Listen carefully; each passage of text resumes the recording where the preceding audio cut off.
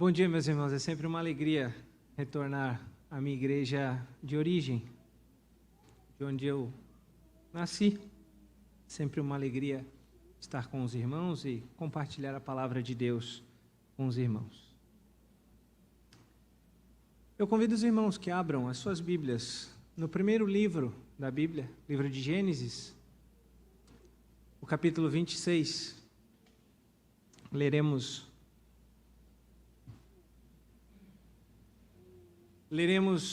os 11 primeiros versos do capítulo 26. Essa é a passagem de Deus, essa é a palavra de Deus que será pregada nessa manhã. Gênesis, capítulo 26, versículos de 1 a 11. Eu farei a leitura, os irmãos acompanhem nas suas Bíblias. Eu farei a leitura a partir da versão revista e atualizada. Os irmãos acompanhem na versão que acharem mais adequada para os irmãos. Diz assim a palavra de Deus: Sobreveio fome à terra, além da primeira, a vida nos dias de Abraão. Foi Isaque a Gerar avistar-se com Abimeleque, rei dos filisteus. Apareceu-lhe o Senhor e disse: Não desças ao Egito, fica na terra que eu te disser. Habita nela, e serei contigo, e te abençoarei, porque a ti e a tua descendência darei todas as terras, e confirmarei o juramento que fiz a Abraão, teu pai. Multiplicarei a tua descendência como as estrelas do céu, e darei todas essas terras. Na tua descendência serão abençoadas todas as nações da terra, porque Abraão obedeceu a minha palavra e guardou os meus mandamentos, os meus preceitos, os meus estatutos e as minhas leis. Isaque, pois, ficou em Gerar. Perguntando-lhe os homens daquele lugar a respeito de sua mulher, disse: É minha irmã, pois temia dizer: É minha mulher, para que, dizia ele consigo, os homens deste lugar não me matem por amor de Rebeca, porque era formosa de aparência. Ora, tendo Isaque permanecido ali por muito tempo, Abimeleque, rei dos filisteus, olhando da janela, viu que Isaque acariciava a Rebeca, sua mulher. Então Abimeleque chamou a Isaque e lhe disse: É evidente que ela é tua esposa. Como, pois, disseste, é minha irmã? Respondeu-lhe Isaque: Porque eu dizia, para que não morra por causa dela. Disse Abimeleque: Que é isso que nos fizeste? Facilmente algum do povo teria abusado da tua mulher, e tu atraído sobre nós grave delito. E deu esta ordem a todo o povo: Qualquer que tocar a este homem ou a sua mulher, certamente morrerá. Até aqui a Sagrada Escritura. Oremos mais uma vez. Senhor Deus, a tua palavra foi lida, está diante de nós. Fala a nós agora, nessa manhã, ilumina a nossa mente, nosso coração, para que nós entendamos as verdades contidas nesse texto.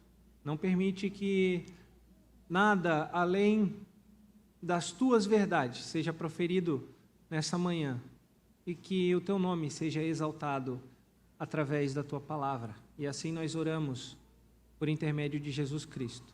Amém.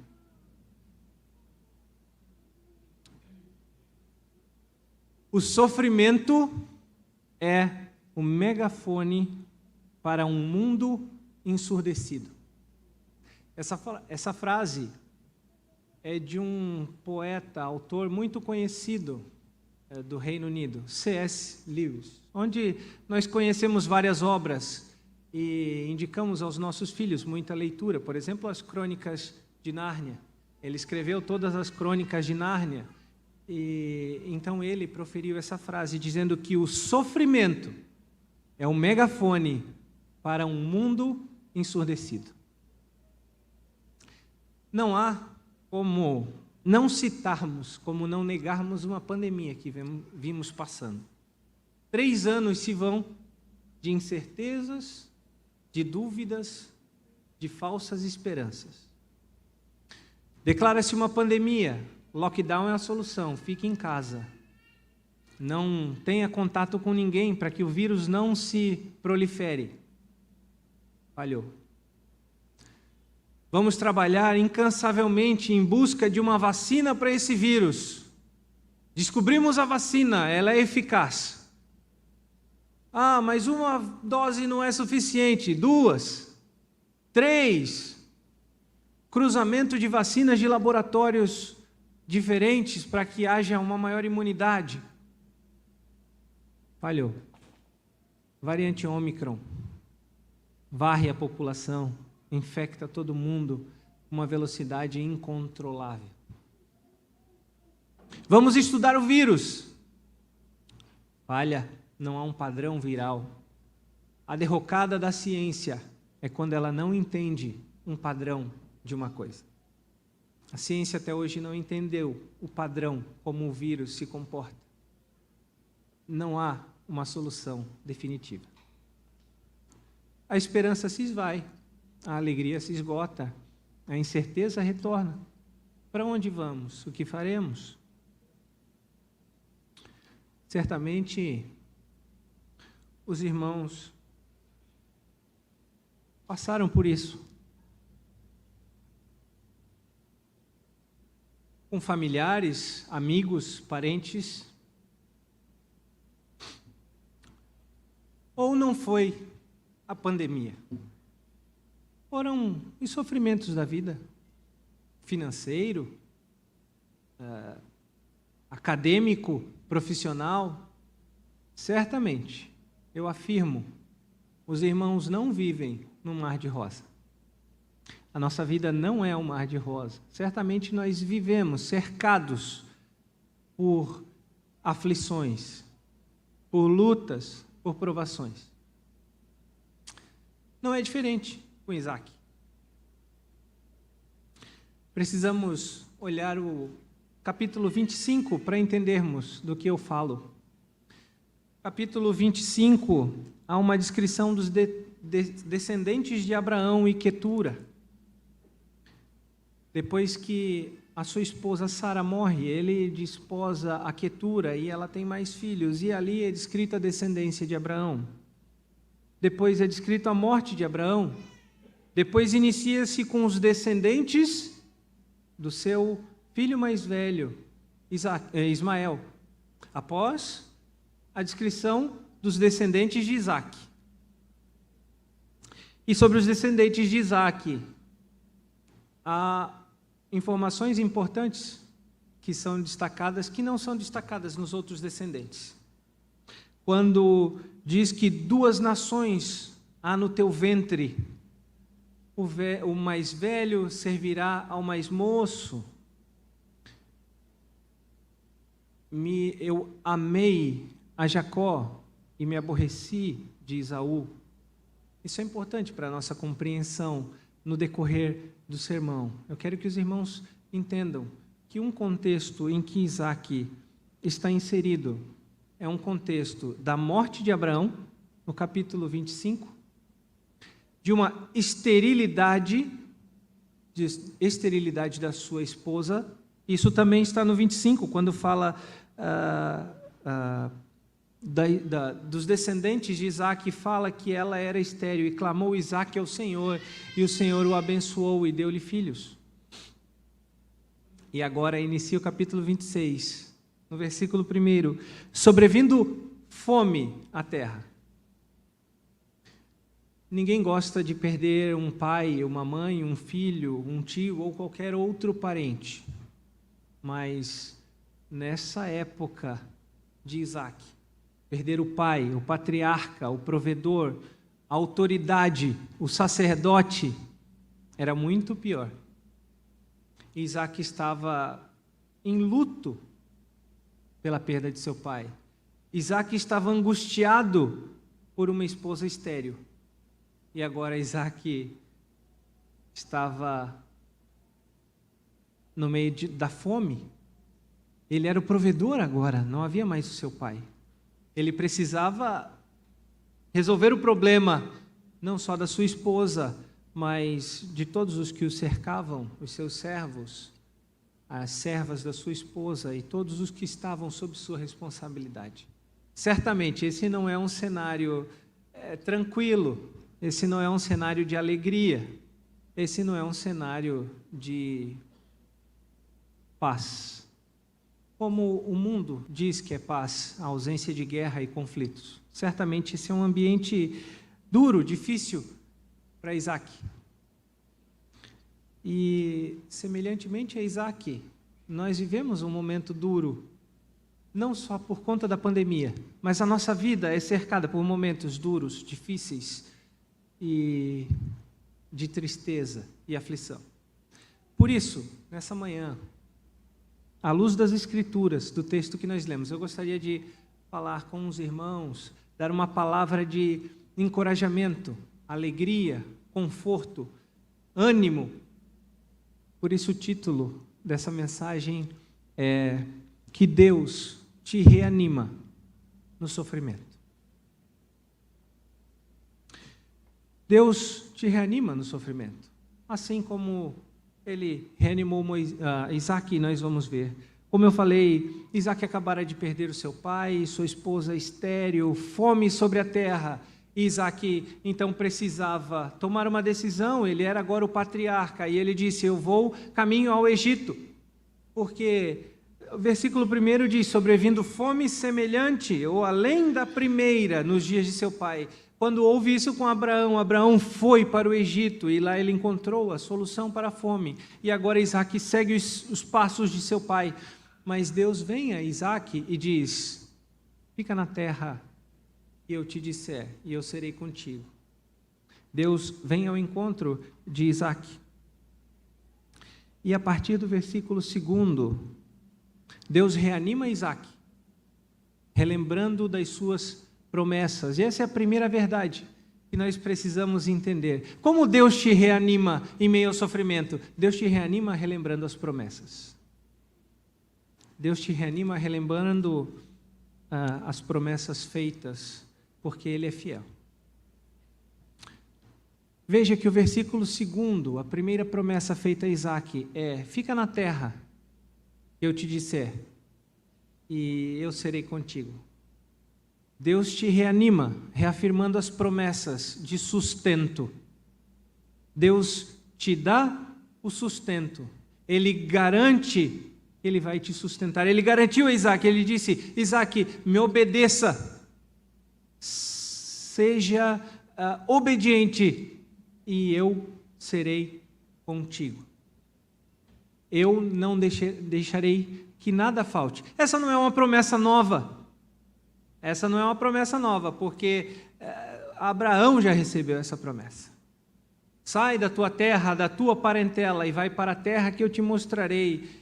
E eu serei contigo e farei de ti uma grande nação, em ti serão benditas todas as nações da terra. Vejam semelhança das palavras proferidas por Deus a Abraão e repetidas agora aqui. Deus reafirma o seu sustento. Deus diz, olha, é no Egito como seu pai, ou aqui em Gerar. Me obedeça e eu te sustentarei. Isaac precisava apenas obedecer aos mandamentos de Deus, permanecer fiel às promessas. Aliás, Deus permaneceria fiel às promessas. Deus reanimou Isaac através da aliança.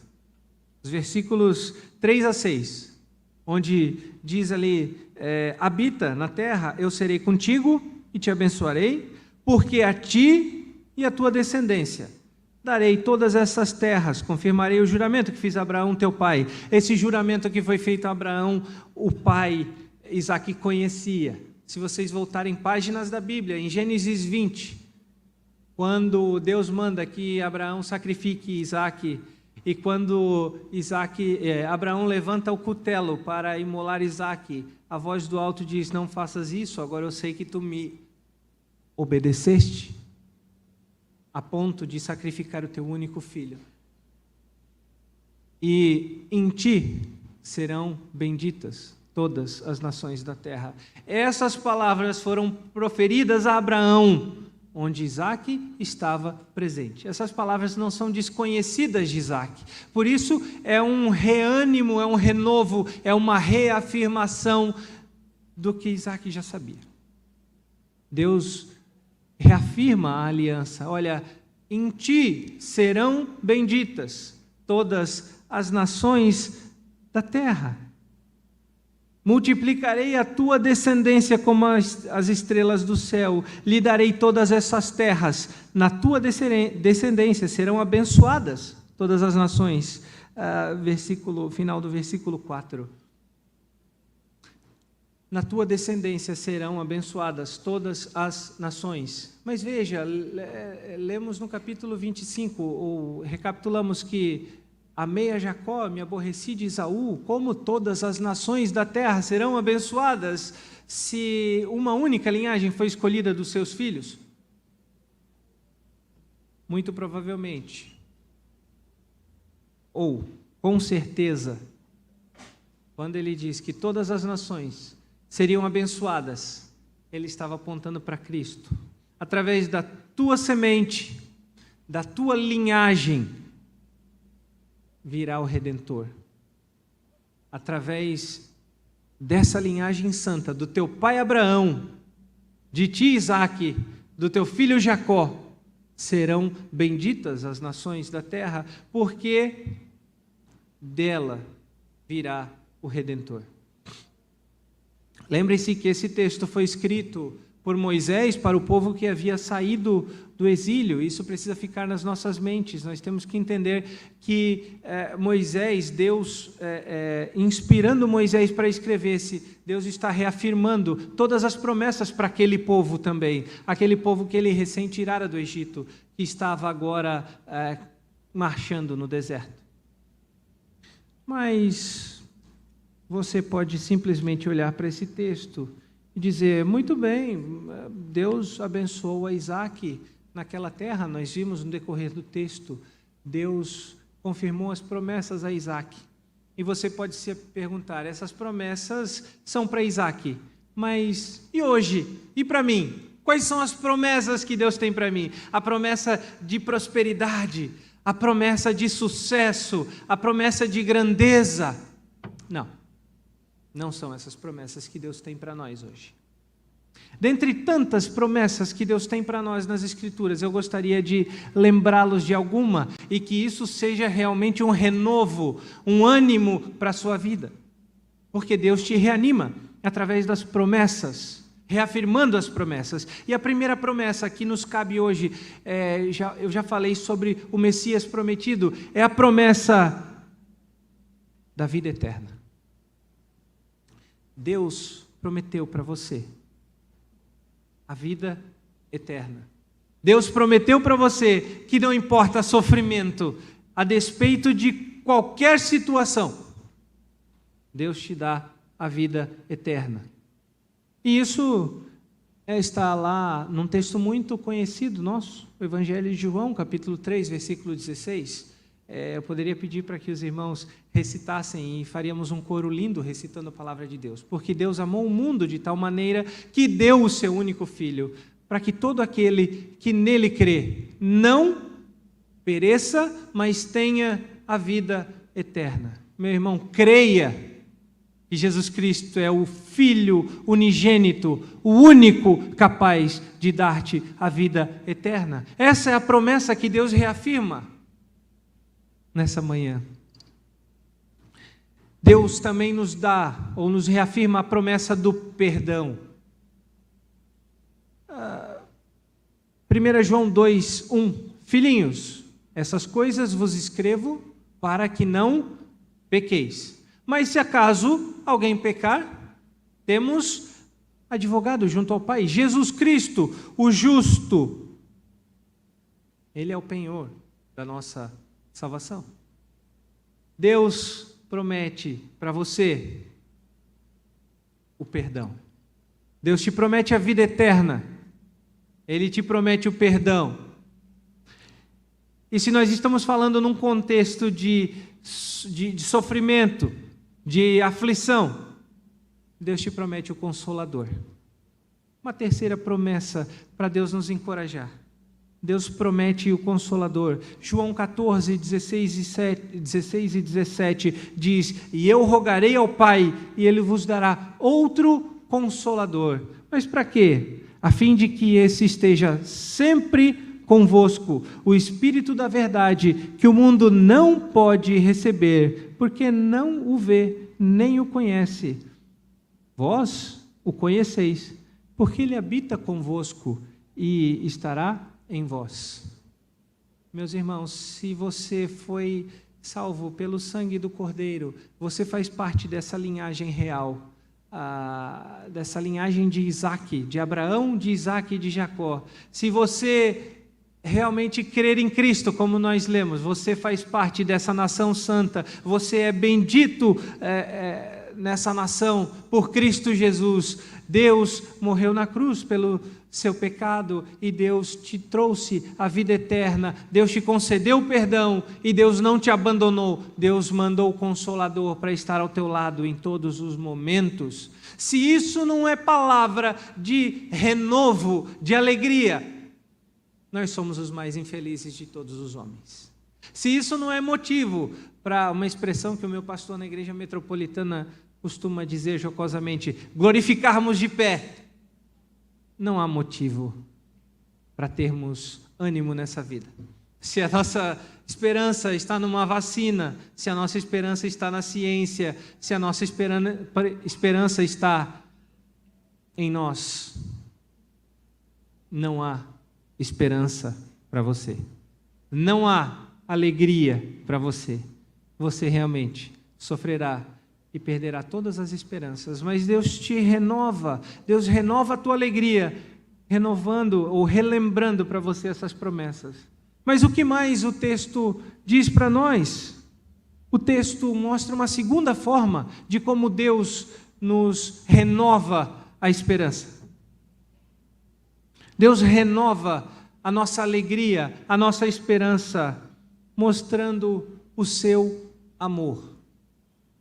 Ué, mas onde está ali o amor? Principalmente a partir dos versículos 7 a 11, onde nós aprendemos sobre o amor de Deus. Porque ali não há amor, aparentemente, porque é quando Isaac mente, quando Isaac diz que Rebeca é sua irmã. E esse contexto aqui é importante que se diga que o capítulo 25 com o 26 não é muito provavelmente uma ordem cronológica, porque é muito fácil eu descobrir se há um casal quando há filhos, não há como se esconder.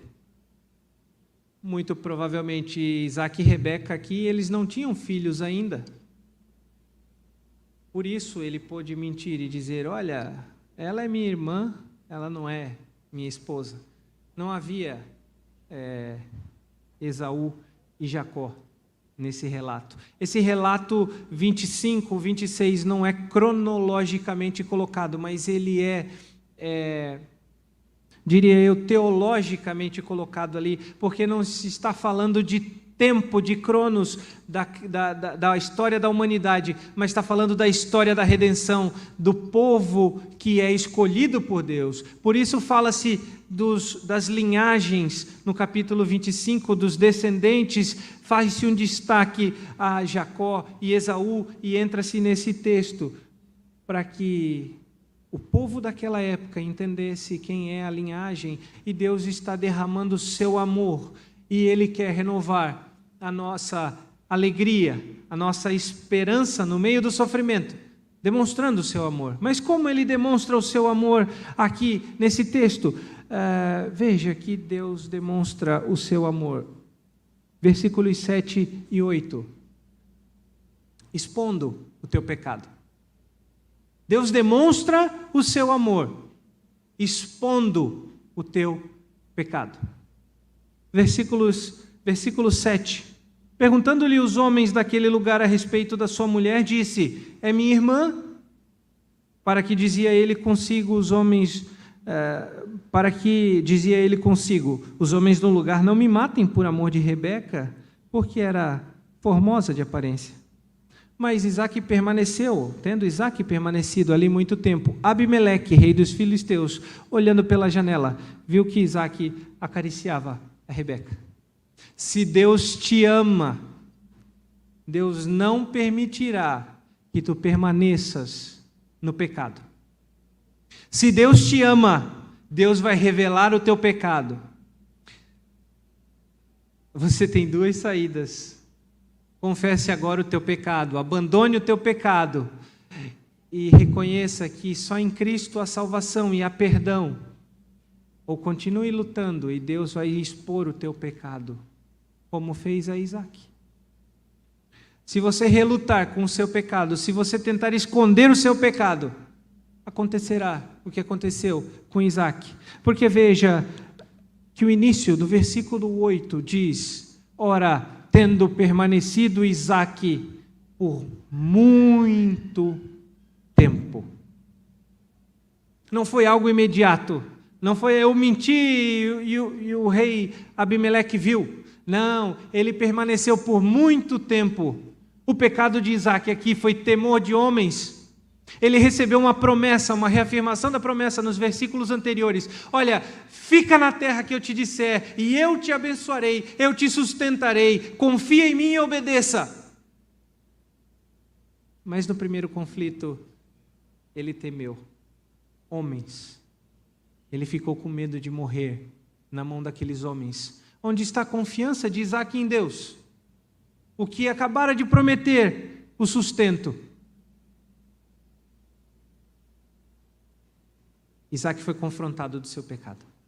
Se Deus te ama, se você faz parte do povo de Deus, a quem Ele prometeu lá sustentar, reafirmando as suas promessas, Deus vai revelar o teu pecado. Não para te humilhar. Não é o objetivo de Deus humilhar ninguém pela exposição do pecado. A disciplina na igreja não é para humilhação de ninguém, mas é para a exaltação do nome de Cristo e para a regeneração do faltoso, para a recuperação do faltoso. Quando o conselho da igreja tem uma difícil missão de disciplinar alguém por algum pecado que tornou-se público, o objetivo é restaurar a fé, a união com Deus, restaurar a comunhão do faltoso. Esse é o objetivo da exposição do pecado ou da disciplina pela exposição do pecado. Se Deus te ama, Deus vai tratar o teu pecado. Então, antes que Deus exponha o teu pecado, confesse a Ele. Se confessardes os vossos pecados, Ele é fiel e justo para vos purificar de toda injustiça. Confesse o teu pecado, porque se Deus te ama, Ele não deixa você permanecer no pecado. Se Deus te ama, Ele expõe o teu pecado. Mas o amor de Deus não se limita a isso. Se Deus te ama, Ele perdoa o teu pecado. Não é simplesmente por expor o seu pecado, como eu falei, para a humilhação. Versículo 9, então Abimeleque chamou Isaac e lhe disse: é evidente que ela é tua esposa, como pois disseste a minha irmã? Respondeu-lhe Isaac: porque eu dizia para que não morra por causa dela. Esse é o temor de Isaac. Mas Isaac, imediatamente, quando confrontado pelo pecado, confessou o seu pecado, não mais omitiu o seu pecado. Ele, quando foi confrontado, disse: eu vi você acariciando. E o verbo hebraico acariciando não é um simples acariciar, é algo um pouco mais íntimo, não com conotações sexuais diretamente, mas é um fazer uma cosquinha. Você que é casado, faz cosquinha só na sua esposa, porque se você fizer em outra ou outro, não fica bem, pode escandalizar alguém. Esse é o sentido aqui. Isaac fazia tinha um momento a sós com a sua esposa, não com uma conotação sexual direta, mas de uma intimidade que só um casal tinha. E ficou evidente que ele tinha mentido, porque Abimeleque diz: olha, é evidente que ela é tua esposa, porque mentiste para nós. E Isaac confessa o pecado. Ele confessa o pecado e ele é perdoado do seu pecado. Meu irmão, se Deus te ama, Deus vai confrontar o seu pecado. E se Deus te ama, você vai reconhecer o seu pecado e vai pedir e receber o perdão do seu pecado. Porque em Cristo há perdão do pecado. Se você tem temor de homens como Isaac teve, confesse o teu pecado, confie em Deus. O início do texto diz isso, olha, fica aqui, ou obedeça, confie em mim, e eu vou te sustentar, e eu serei contigo. A promessa feita a Isaac, ela é para nós hoje. Essa promessa não foi extinta, essa promessa é para nós hoje. Então, confesse o teu pecado, em Cristo há salvação. Mas uma última demonstração do amor de Deus, destacada aqui, é que Deus concede o livramento. Do que Deus concede o livramento? Veja lá. Disse Abimeleque: que é isso que nos fizeste? Facilmente algum povo teria abusado de tua mulher, e tu, atraído sobre nós grave delito. Versículo 11. E deu esta ordem a todo o povo: qualquer que tocar este homem ou esta mulher, certamente morrerá. Se Deus te ama, Ele expõe o teu pecado, Ele te dá o perdão e Ele te livra da morte eterna. Lembram-se que nas promessas falamos sobre a vida eterna? Pois é, porque Ele te livra da morte eterna. Interessante que seja dito que Abimeleque não está aqui por acaso. Abimeleque, ou, gastando o meu hebraico que eu aprendi nesse um ano, Ab-Melech, meu pai é rei. Ab, ou Abba, né? Pai, Melech, rei. Esse título, essa expressão não era um nome, mas um título, porque se vocês voltarem na primeira fome, Abraão fala com Abimeleque também. Abraão também fala com Abimeleque, e isso aconteceu entre a primeira e a segunda fome. A segunda é essa que nós estamos explorando aqui. Há um espaço, um hiato de aproximadamente 80 anos. E muito provavelmente, aquele Abimeleque que falou com Abraão não é o mesmo Abimeleque que está falando com Ismael. Muito provavelmente. Lembrem-se que Abraão pôde dizer que Sara era irmã, porque ele não tinha filhos com ela. Ele tinha filhos com as suas conservas, mas não com ela. Aqui, Isaac não tinha filhos com Rebeca. Então, fazendo as contas, e eu não vou fazer, mas o resultado é de aproximadamente 80 anos. E é muito provável que esse Abimeleque seja outro. Meus irmãos, a beleza do texto se encontra aqui. A beleza do texto é exatamente Abimeleque. Não a personagem, mas o termo. Meu pai é rei.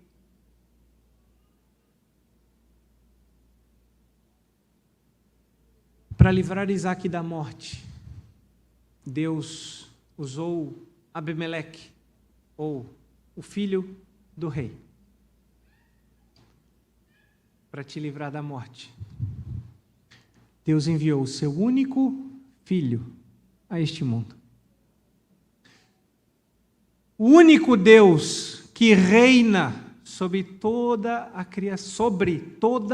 criação, enviou o seu filho, Abimeleque. Meu pai é rei. Jesus Cristo, o filho do rei, foi mandado para essa terra, para que você tivesse o livramento da condenação eterna, da morte eterna. E voltando ao primeiro ponto, você tivesse então vida eterna. O Deus que prometeu o livramento, o sustento para Isaac, a bênção de todas as nações, é o mesmo Deus que hoje te livra da condenação eterna, que jamais abandonou a sua aliança.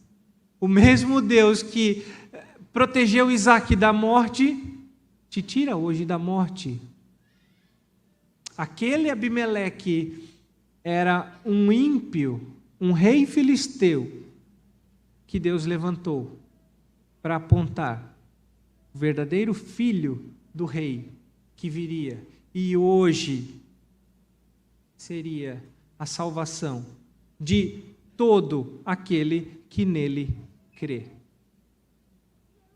Meu irmão, minha irmã, não há alegria, não há palavra de ânimo, de incentivo, de renovo maior do que esta: saber que o Filho do Rei veio, morreu, expôs o teu pecado, o meu pecado na cruz. O Filho do Rei perdoou o teu pecado, o meu pecado na cruz. O Filho do Rei te deu a vida eterna.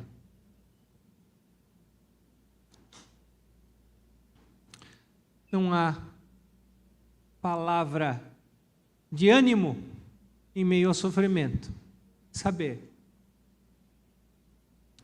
que Cristo nos ama.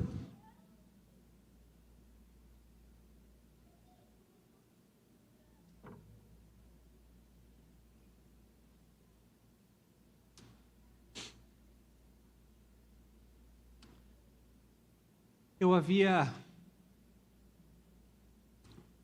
não prometido, mas tentado com todas as minhas forças que eu não lembrasse da última vez que eu estive nessa igreja, quando do funeral do meu pai.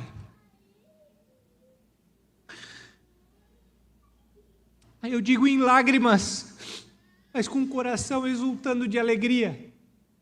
Eu fui o último que falei com meu pai em plena consciência, e ele, meio a sofrimento, a dores, a falta de ar, ele disse: meu filho, eu estou em paz, porque se eu morrer eu vou para a glória, se eu morrer eu estou com Cristo. Um homem duro, pecador miserável, remido pelo sangue do Cordeiro. Isso é palavra de renovo, de alegria. Isso renova a nossa alegria, renova a nossa alma. Em meio a dores e sofrimentos, eu não temo, eu não me preocupo, porque Deus está comigo, porque Cristo pagou na cruz todo o meu pecado. Isso é motivo de júbilo, isso é motivo de alegria. Se Deus salvou a Isaque, um miserável pecador que tinha temor de homens, Deus salva você, que também é pecador. Deus salvou a mim, que também sou um pecador. Se você está sem esperança, se você está triste em meio a toda a tribulação, eu te digo nessa manhã que Deus não te abandonou. Deus reafirma a promessa que Ele fez lá no início, e Ele continua sustentando, porque Ele é fiel, Ele não muda a despeito do nosso pecado, Ele continua te sustentando. Siga firme, olhe para Cristo, e Ele te sustenta. João 16:33, e eu concluo com esse versículo, meu irmão. Estas coisas vos tenho dito, para que tenhais paz em mim. No mundo passais por aflição, mas tende bom ânimo, não desanime. Eu venci o mundo. Palavras de Jesus Cristo. Meu irmão, Deus te reanima em meio ao sofrimento, reafirmando as promessas de sustento, de vida eterna, de perdão. Deus te reanima em meio ao sofrimento, demonstrando o seu amor, expondo o teu pecado, perdoando o teu pecado e te livrando da morte eterna. Que Deus nos abençoe.